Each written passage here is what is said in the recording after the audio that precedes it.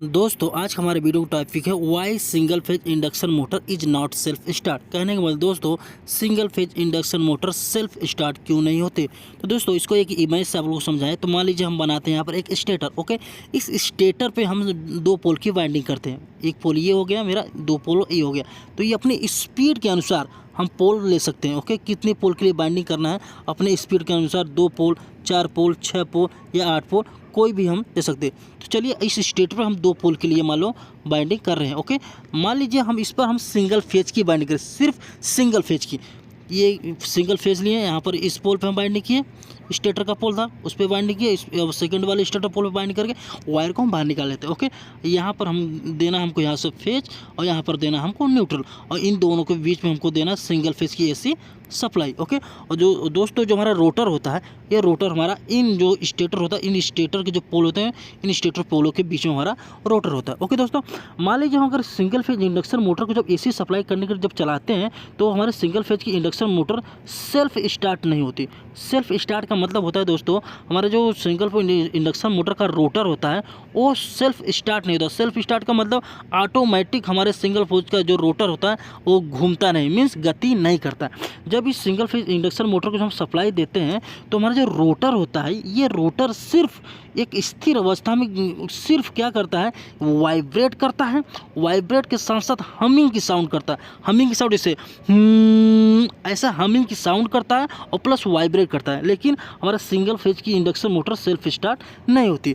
तो दोस्तों अगर मान लीजिए इस सिंगल फेज की इंडक्शन मोटर के रोटर को हमको अगर घुमाना है तो मान लीजिए एक एक्सटर्नल फोर्स देना पड़ेगा। एक्सटर्नल फोर्स के लिए मान लीजिए कि बाहरी फोर्स, अगर मान लीजिए हम इसको क्लॉक वाइज दिशा में, अगर इस क्लॉक वाइज दिशा में अगर हाथ से अगर इस रोटर को घुमा देंगे तो हमारा जो रोटर हो क्लॉक वाइज दिशा में गति करने लगेगा। यदि हम एंटी क्लॉक वाइज में अगर इस रोटर को घुमा देंगे तो ये एंटी क्लॉक वाइज दिशा में गति करने लगेगा। यह इसको हमको बाहर से एक फोर्स देना पड़ेगा। ओके दोस्तों, लेकिन हमारी जो सिंगल फेज की इंडक्शन मोटर होती है वो सेल्फ स्टार्ट नहीं होती। तो दोस्तों हमारी सिंगल फेज की इंडक्शन मोटर सेल्फ स्टार्ट क्यों नहीं होती है, इसके पीछे का रीज़न क्या होता है, आप लोग दोस्तों इस वीडियो में बहुत ही अच्छी तरीके से सीख जाएंगे। ओके दोस्तों, तो चलते हैं, ज़्यादा देर ना करते हुए वीडियो को आगे बढ़ाते हैं।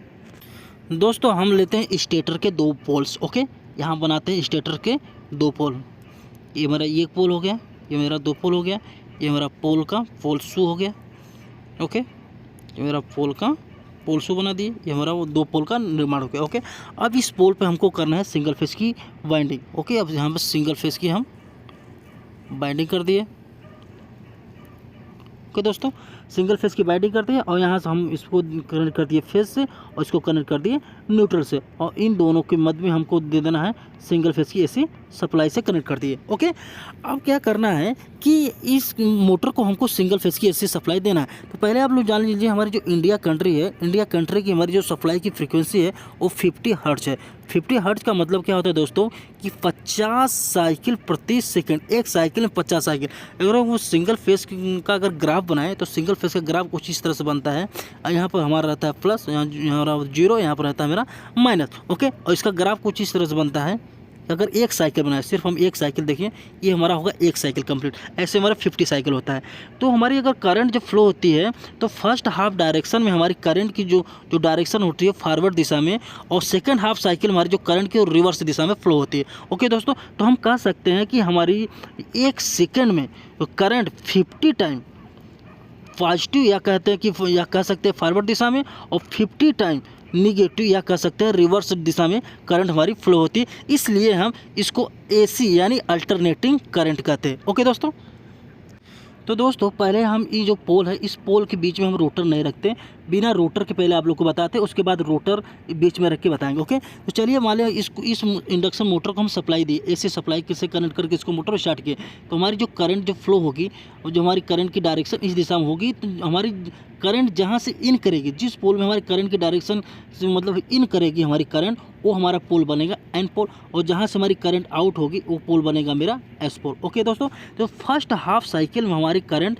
इन हो रही है तो ये पोल मेरा बन गया एन और ये पोल बन गया मेरा एस। ओके, तो जैसा हम जानते हैं हमारी जो करंट की जो फ्लक्स होती है वो फ्लक्स की हमारी जो डायरेक्शन होती है एन से एस की दिशा में होती है, एन से एस की दिशा में। तो फर्स्ट हाफ साइकिल में जब फ्लक्स हमारा जो बनेगा वो फ्लक्स हमारा किधर जाएगा, एन से एस की दिशा में। ओके, एन से एस की दिशा में हमारा फ्लक्स गया। ओके, और सेकेंड हाफ साइकिल में देखिए हमारा सेकेंड हाफ साइकिल में जैसे हमारी करंट की दिशा चेंज होगी, करंट की दिशा चेंज होने का मतलब अब हमारा न्यूट्रल से करंट इन करेगी, हमारा फेस से करंट आउट होगी। तो जहाँ से हमारी करंट इन करेगी वो बनेगा मेरा एन पोल। तो जो ये पोल मेरा एस था अब ये बन जाएगा कौन सा पोल, एन पोल, और जो मेरा एन पोल था ये बन जाएगा मेरा कौन सा, एस पोल।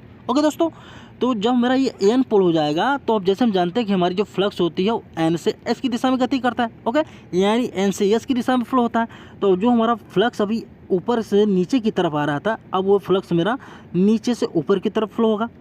ओके, क्योंकि हमारे पोल्स चेंज हो गए तो हमारा फ्लक्स चेंज हो जाएगा। तो दोस्तों ये क्रिया 1 सेकेंड में 50 टाइम होती है, यानी 50 टाइम हमारे पोल्स एन चेंज हो जाते हैं और 50 टाइम हमारे पोल एन से एस में चेंज हो जाते हैं। तो जिसके कारण हमारा जो चुंबकीय फ्लक्स का निर्माण होता है तो चुंबकीय फ्लक्स भी हमारा अल्टरनेटिंग नेचर का निर्माण होता है। इसलिए कहा जाता है दोस्तों सिंगल फेज की इंडक्शन मोटर में जो हमारा फ्लक्स का निर्माण होता है अल्टरनेटिंग फ्लक्स का निर्माण होता है। ओके दोस्तों हमारी सप्लाई फ्रीक्वेंसी 1 सेकेंड में 50 टाइम होने के कारण हमारा जो पोल होता है 1 सेकेंड में 50 टाइम चेंज होते हैं। ओके, यानी एन से एस, एन से एस, एन से ऐसे चेंज होते रहते हैं, जिसके कारण हमारा जो फ्लक्स होता है वो भी हमारा कभी नीचे से ऊपर से नीचे, नीचे से ऊपर, ऊपर से नीचे, नीचे से ऊपर ऐसे फ्लो होते रहता है। इसलिए हमारा जो चुंबकीय फ्लक्स होता है वो भी अल्टरनेटिंग नेचर का हो जाता है। ओके दोस्तों, अब इसके बीच में हम रखते हैं रोटर। ओके, पहले आप रोटर देख लीजिए। देखिए होता है रोटर, ये हमारा होती है मोटर होती है, ये हमारी बाइंडिंग होती है, इस बाइंडिंग के बीच में हम इसको रोटर को रखते हैं। ओके, तो दोस्तों अगर मान लीजिए इस रोटर को हम चुंबकीय फील्ड के बीच में रखेंगे तो ये हमारा जो देखिए हमारे कंडक्टर्स के बार्स होते हैं। ओके, ये हमारे कंडक्टर्स के बार्स होते हैं। ये कंडक्टर को बार को ये एल्युमिनियम या कॉपर के रिंग से दोनों तरह से दोनों साइड से इसको शॉर्ट करते हैं। ओके, अब मान लीजिए शॉर्ट सर्किट अगर रोटर को अगर चुंबकीय फ्लक्स के बीच में रखेंगे तो ये उस फ्लक्स को काटेगा। जैसे फ्लक्स को हमारा रोटर काटेगा तो उसमें पैदा होगा हमारा वोल्टेज। अब हमारी जो चालक है ये हमारी जो शॉर्ट सर्किट है, सब शॉर्ट सर्किट के कारण सर्किट होती है कंप्लीट। जैसे सर्किट कंप्लीट होगी तो उसमें फ्लो होगी हमारी एम्पियर करंट। ओके, जैसे ही इस चालक हमारी करंट फ्लो होगी तो करंट के फ्लो होने के कारण इस चालक में उत्पन्न होगा मेरा चुंबकीय बल। ओके, मीन्स कहते हैं चुंबकीय फ्लक्स का निर्माण होगा। ओके दोस्तों, तो दोस्तों पहले अभी आप यहाँ पे आते हैं कि दिखाते हैं। अगर मान लीजिए इसके बीच में हम रखते हैं रोटर को, यहाँ पर रोटर रख दिए, ये हमारे रोटर्स के बार्स हो गए। ओके दोस्तों, अब हम आपको बताते हैं फर्स्ट हाफ साइकिल में क्या होता है। फर्स्ट हाफ साइकिल में जैसे हम यहाँ से सप्लाई देंगे, इसको हम सिंगल फेस की एसी सप्लाई से कनेक्ट करके सप्लाई देंगे इस मोटर को। फर्स्ट हाफ साइकिल में ये बनेगा मेरा एन पोल, ये बनेगा मेरा एस पोल। तो हमारे फ्लक्स एन से एस की दिशा में गति करेंगे और जैसे एन से एस दिशा हमारी गति करने लगे तो इस एयर रोटर इस फ्लक्स को काटेगा। इस फ्लक्स को काटेगा तो इसमें पैदा होगा वोल्टेज, और वोल्टेज के कारण पैदा तो हो जाएगा, लेकिन जो रोटर है ये शॉर्ट सर्किट होता है।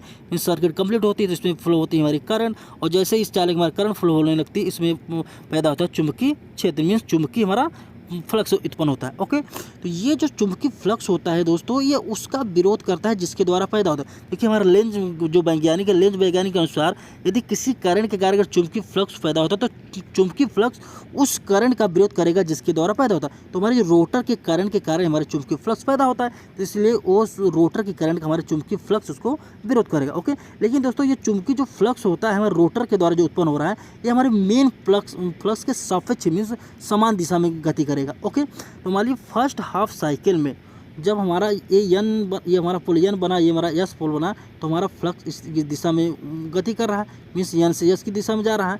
तो मान लीजिए ये हमारे रोटर पर एक बल अप्लाई हो रहा है, वो बल मेरा कौन सा हो रहा है, बल F1 अप्लाई हो रहा है। ओके दोस्तों, बल F1 के अप्लाई कारण ये हमारा जो रोटर है ये हमारा रोटर एंटी क्लॉकवाइज दिशा में गति करने की कोशिश कर रहा है, मीन्स घूमने की कोशिश कर रहा है। ओके, जैसे ही एंटी क्लॉकवाइज दिशा में घूमने की कोशिश करेगा और सेकंड हाफ साइकिल हमारे करंट की डायरेक्शन चेंज हो जाएगी, क्योंकि हमारी सप्लाई की फ्रीक्वेंसी कितना 50 हर्ट्ज है, तो ये 1 सेकंड में से कम समय क्रिया हो जाएगी फास्ट, क्योंकि एक ही साइकिल बात हो रही है। तो सेकंड हाफ साइकिल में जैसे करंट का डायरेक्शन जैसे ही चेंज होगा तो हमारा जो एन से जो न्यूट्रल है, न्यूट्रल से हमारी करंट अब इन करेगी, तो ये पोल हमारा बन जाएगा एस से चेंज होकर जब बन जाएगा कौन सा, एन पोल।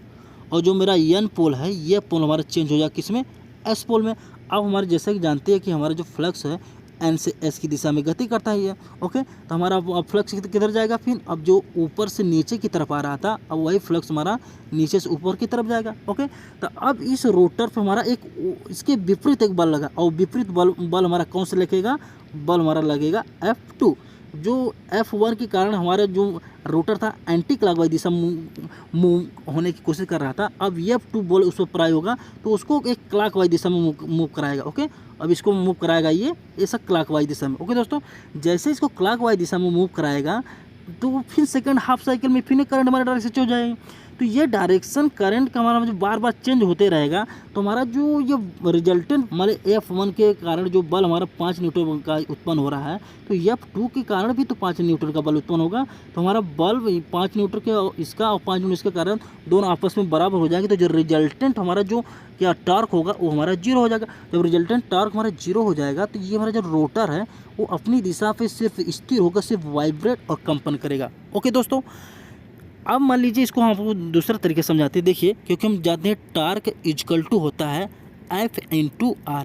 ओके, हमारा जो ये F हमारा 2 बल लग रहा है तो यहाँ ये लगेगा F1 एंड F2 का हमारा बल लग रहा है, ये मेरा R रहेगा।